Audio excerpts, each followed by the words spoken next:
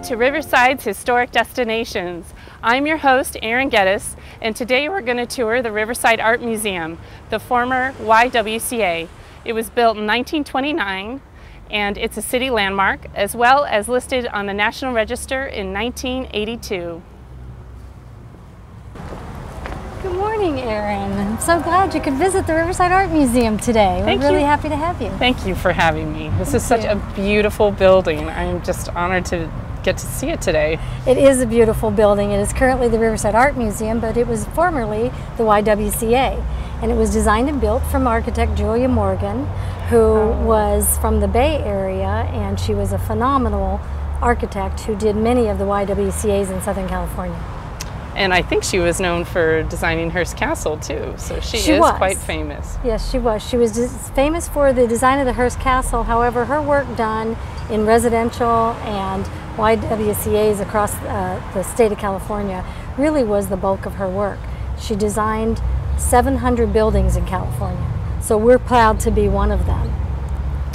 So tell me more about this facade, because I do see that although this is the entry, it does appear to have some asymmetry to it. It does, and Julia, being an architect that she was, symmetry was very important to her. However, when she designed this building, it's not like other YWCAs. It is actually 3 blocks of buildings, and on the very left of the building is the swimming pool. So it has a flavor of sort of Italian, Spanish, Mediterranean, and Mission Revival style. And in the center is the main building, which was the living space designed for its residents. And then on this right side was the gymnasium. And when she built the building, it went from the left to the right. It was a corner lot, so it was important to her to take your eye in a sweeping scale and size and sort of anchor it at the end of the block. Well, I can see all the rich detail carries all the way through every one of the blocks then. It does, and it sort of has the demarcation lines. In fact, the one at the corner on the left actually has the word swim with an arrow to it to go around the corner to enter the swimming pool. So, Julia was very specific in her designs. As you can see, she took a great deal of time in the pediments and the facades that she put in place to give the building sort of a stately classism that she felt really warranted the YWCAs. They were home to women that came to work. They did not have a lot of money, but she wanted them to feel very proud of their environments, and this building is a perfect example of that. Well, it's quite an impressive entry. I can't wait to see the inside. Well, and that was Julia's style. She wanted it to be a welcoming entry, but she also wanted it to be, once you were inside, you sort of gracefully transitioned into a very home-like environment, and that was very important to her. She was born in 1872, and she worked until she was 79 years old, and so she really passed away at about 85 years old, but her buildings are cherished and throughout California. And there's a group called the California Landmarks that will be celebrating her return from Paris, where she became one of the first licensed architects in California. So 2012 will be a year of celebration of Julia Morgan.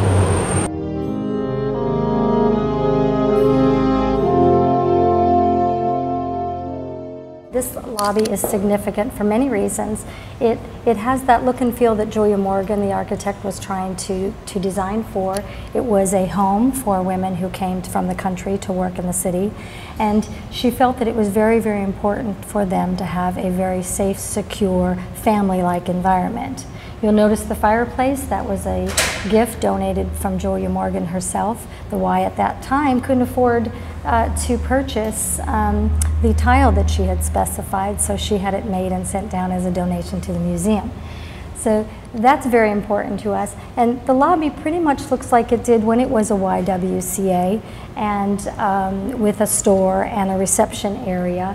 And then of course the columns and the courtyard that she designed for, so that it always gave you that sort of indoor-outdoor feeling. And that was really what she was known for. It does definitely have an indoor-outdoor feeling, and something that would have been nice in what was their living room, right? Absolutely. This was really the place where they all congregated. They read books. Both of the galleries that are now, the rooms on the other side are galleries now, but at one time they were a swimming pool and a gymnasium. So this was really the central meeting place for the residents of the Y. And so the women that were here, they were here because their husbands were at war? Absolutely. Okay. And so many of them came from the country. They weren't very experienced in city living, and so this was meant to be a place where they could be safe. The Y encouraged all of the women in those days to read, to have theater. This building also housed a theater, a gymnasium, and a swimming pool. So they encouraged active lifestyles, healthy lifestyles. They had their own dining room here and kitchen so that they could also entertain. So Aaron, this is our atrium. It was the center courtyard that Julia designed to continue with that indoor-outdoor feeling, so that as a resident here, whether you were inside or outside, you still felt the environment, and it was a wonderful place to recreate. And it was certainly centrally located because between here and that wall, there's the kitchen and the dining area. So you could enter from any room in any space, and that's what she had intended when she designed it. So. And it's nice that the space is actually double height, so I can see it opens to the second floor spaces as well as the first floor Correct, spaces. and she carried on the Palladian window look, which is very Italian. She carried on so you could see from any space a view across the courtyard, and it was very important for her to have that sense of freedom and space, even though you were really in an enclosed environment. So this is where the pool used to be.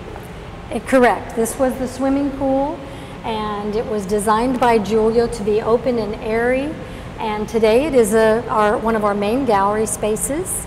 We are getting ready for a show, a Don O'Neill retrospective, and Don O'Neill, for many of the community, knows him very well. He was an architect that turned into a watercolorist, and he's one of our Riverside's big claim to fame artists. So even though the gallery walls are there, I can see the board form concrete up above. Yes, and Julia Morgan was known for her use of concrete and natural materials. And in fact, in this building, she fought very hard to have reinforced steel included in the concrete, because being from Northern California and San Francisco area, she understood the volatility of buildings. So she fought to have reinforced steel, which was not very common in those days in Southern California. And so even though it looks like an art gallery, it is very much still a part of what a swimming pool would sound like. Yeah, I could tell by the echo yes. that it used to be a pool room. That's right, that's right. We're hoping soon to be able to put a new flooring in, a hardwood flooring, which is more typical of a gallery space. And then in the ceiling space, put panels that will absorb some of the sound. Well, that will give you some more options of how to use the space too. Absolutely. It makes more sense for the use that it is today. It's never going to go back to a swimming pool. It's been filled in. So I couldn't help but noticing the beautiful ironwork that you have there on the stairway, and I see there's more of it out here on the balcony. Is that all original? Yes, it's all original, and this was the way Julia designed it, so that you're on the second floor, you could see across the rooms from any place that you were, and you could certainly, it encased you as you walked in, and it continued with that same flavor. Yeah. That's exactly what she was known for. Yeah, the design really, is carried throughout. I mean, that beautiful ironwork, I've seen it in every room we've been in. In every room, and the rooms that you see around us were all dormitories. So this is where the residents stayed. Okay, because that's such an easy thing to forget. People actually lived here. I mean, these were bedrooms and spaces that people lived in for some time even, right? Correct, for quite some time. And then in 1965, when it was purchased and turned into an art center and museum, then it became, we now use the buildings for office space, administrative offices. We use it for a classroom across the way. You can see all the colors. And we house our permanent collection up here on this second floor. Oh, in the gallery that you... In the gallery, yes. Okay. Well, let's go see the gallery. Okay. So, Erin, this is our permanent collection gallery. We are very proud of our permanent collection gallery. We have about 1,600 pieces in our permanent collection, and so we try to change them out 4 times a year for the public to come and see the artwork that's either been donated to us or that we've purchased over the years. So everything in this space is part of your permanent collection then? Yes, it is. The pieces in the exhibit at this time is called Capturing Landscapes. So many of the pieces here were donated to us or purchased over a period of time because we wanted to add them to our collection. So when it was a dormitory, it actually extended then beyond this wall? It was a bigger space? Yes, it did it beyond this wall and the center partition wall. It was quite a large dormitory space. So Erin, this is our beautiful rooftop venue. And what would the space have been used as originally? The rooftop was actually a patio, and it also was a place where the residents played volleyball, tennis, and certainly came up to enjoy the beautiful weather in Southern California. So Erin, this room is our members gallery. It was a former gymnasium when the Y built the building, and you would have had dances held in here. You would have been able to play sports.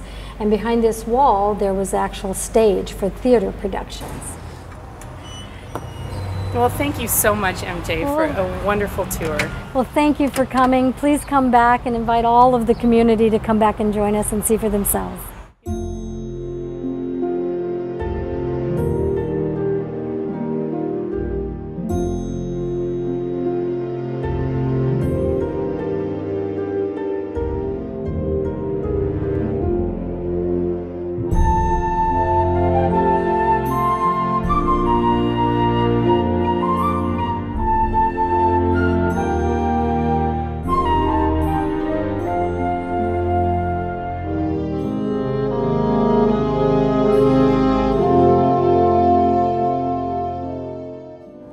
Thank you for watching Historic Destinations. I'm Erin Geddes, and I urge you to go out into your community and find your own historic destinations.